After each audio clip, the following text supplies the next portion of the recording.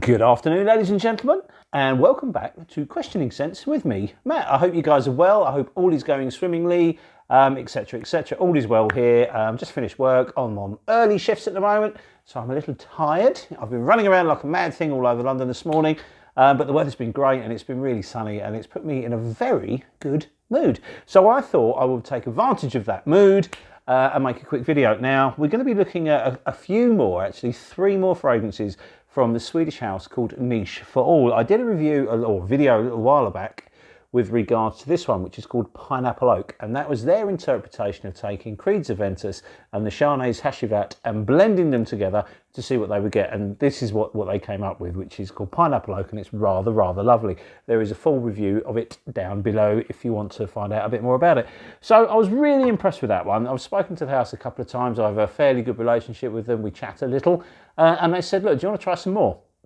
I said, of course. Now, they did send a few samples with Pineapple Oak, so I had sort of smelt 3. One was an inspiration of Interlude Man, which I thought was very good, but it's not my kind of thing. I'm not a massive fan of the fragrance. One was their interpretation of Byredo's Oud Immortel, which is fantastic. It's a really good interpretation of it. And there was another one that I was really impressed with. So look, they said, okay, well, we're doing a kind of a 3 for 2. They do these 30ml bottles, which is an excellent size and an excellent way to buy perfume. And at the moment, they're selling them. If you buy 2, you get the third one free, basically. So I said, okay, cool. I'd like to try it, see how it works out. So they said, well, they're going to send me a box with 3 in, and I picked 1, which was the sample I really enjoyed, which we'll get to. And then I said, look, you just pick 2. And I'll give them a wear and let you know what I thought. So they came a little while ago, and I've worn them quite a few times. I've worn them sort of to work. I've worn them with what little social activity I've been up to, and obviously worn them around the house. And I think they're actually really good. So what we're going to do is we're going to look at the 3 of them today, tell you a little bit about the background of them, how they wear, who they're for, who I think they're for, I should say, and whether they're worth investigating.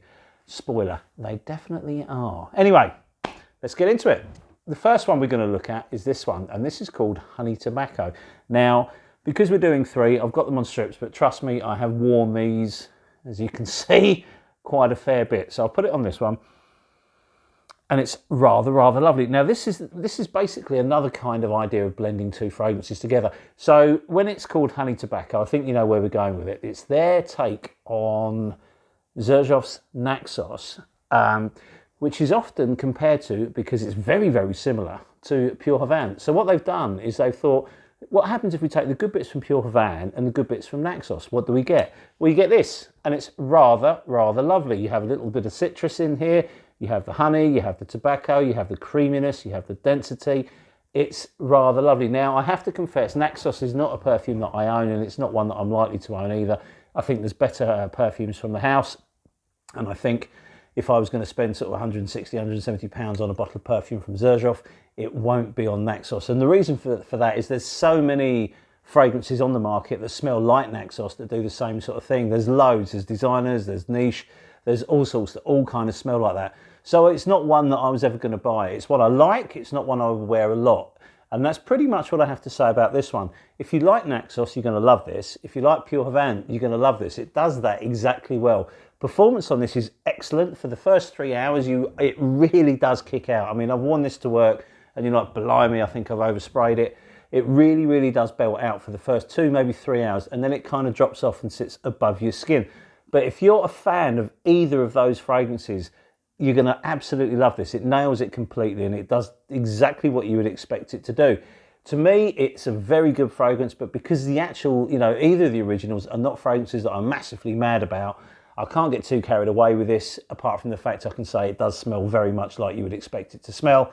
They've set their stall out to do this Pure Havane Naxos blend, and it works. It's really good. So if you are a fan of that, I strongly suggest you have a look. Really good. The quality of all of the fragrances I've tried from Niche for All have been superb. So you've got no, yes, they're inspirations, but no, they're not done on the cheap. They are a lot less, expensive to buy than the originals, of course. I mean, what's the point if they were more? So you are going to save some money, and you are going to get to smell the fragrances you love. So, I can't say enough good things about them for that. This one, if you like it, you'll love it. you know, if you like the originals, you'll absolutely love that one. So there you go. That one is called Honey Tobacco. And as I said earlier, they're doing 3 for 2. So if you're buying 2 30ml, you'll get the third 30ml free, which I think is quite a nice touch. Okay, on to the next one. Okay, the next one is called Rose Oud. Now, this is the one that I already had a sample of, and I was really impressed with it. Again, I've got it on the strip, and this is absolutely blinding. I don't think this one is a blend. I think this one is a straight inspiration, and it's from Fragrance de Bois' Parisian Oud, I believe. And this is a Rose Oud, obviously, as you would expect, but it's a fantastic one. It's absolutely lovely. It's not just about rose and oud either. You've got citrus, you've got incense, you've got sandalwood, you've got some deep, warm, ambery notes in here. It's beautiful. And what I like about it, actually, I'm going to spray some on skin. What I like about it is you've got this punchy rose, you've got lots of supporting notes, there's a little incense, everything's quite softly done. Nothing's too much. It's not like a really strong rose with tons of incense. It's beautiful. If you like things, if you, for example, sort of liked oud satin mood, but it was too sweet, this would be really good for you. If you liked oud silk mood, but it was too rough, then you would prefer this, if you know what I mean. It just blends everything very, very nicely. And what I like is everything smells of very high quality. I mean, the original costs an absolute fortune. It's not one that I would ever buy because I would never spend that kind of money on a fragrance, let's be fair. I mean, I've got a big collection. I have spent quite a lot of money on fragrances over the years, but there's no way that I'll be buying a 100ml bottle of Parisian. It's just too much. It's way too expensive for my tastes.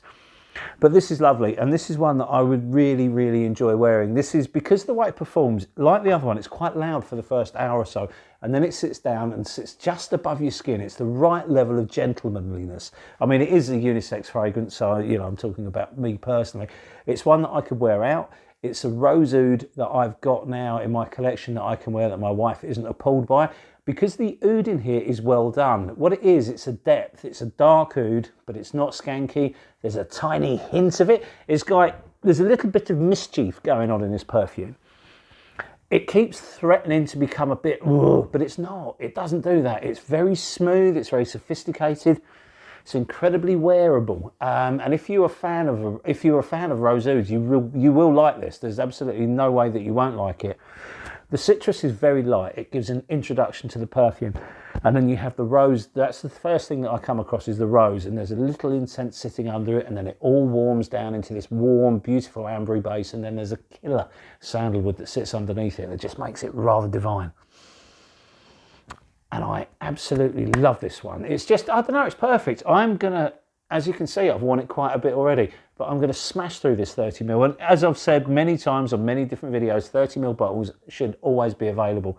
This one, I think a 50 would be better for me, or maybe even 100, because I am going to wear it an awful lot. So this one, Rose Oud, is very, very highly recommended. I think it's beautiful and it does not smell like an inspiration. Well, none of them do, to be honest.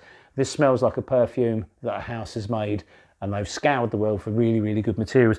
If you've not tried the original, you won't have the side-by-side comparison, but I think it's not far off. In fact, if anything, I think the performance on this is slightly better.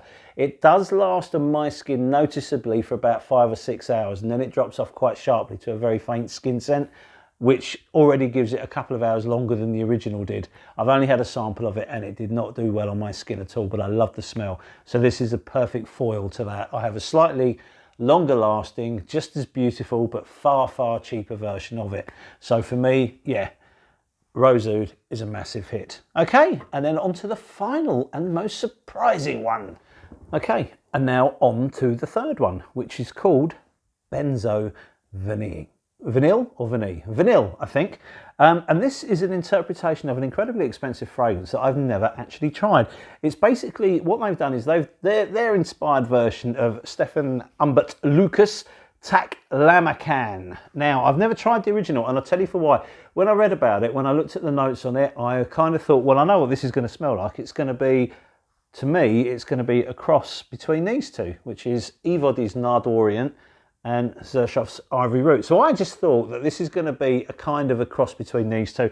And as I have these two, I'm not really going to need it. The other problem is with the original, I think it costs £160 for 50ml, so it's an incredibly expensive perfume.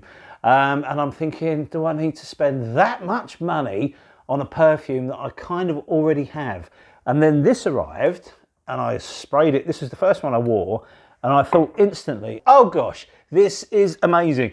And this is kind of where things kind of reverse, because now I've smelt the sort of inspiration of it. I really, really do want to smell the original, because this is absolutely heavenly. It's lovely. My wife loves it. I love it. It's awesome. And as you can see with that one, I really have been hammering this. It's beautiful. Now, as I say, I've not smelt the original, so I can't tell you too much about it, but certainly I'm going to be smelling it without a doubt. This is I don't know, it's a woody ambery deserty perfume. It's gorgeous. It's got everything in there. There's spices, there's patchouli, there's citruses, there's like a balsamic, musky dry down. It does remind you of the desert. It does do a little bit like Towers Lair, the Desert du Marocain, and it does indeed have a little bit of this and a little bit of that in it, but it does it so, so well. It's sweet, it's powdery, there's some iris in here, it's musky, it sits above your skin, it floats. And what I love about it is when you spray it, I'll spray a little bit more now, for the purposes of the review, it lifts up. And straight away you're like, whoa, what is that? There's magic going on here.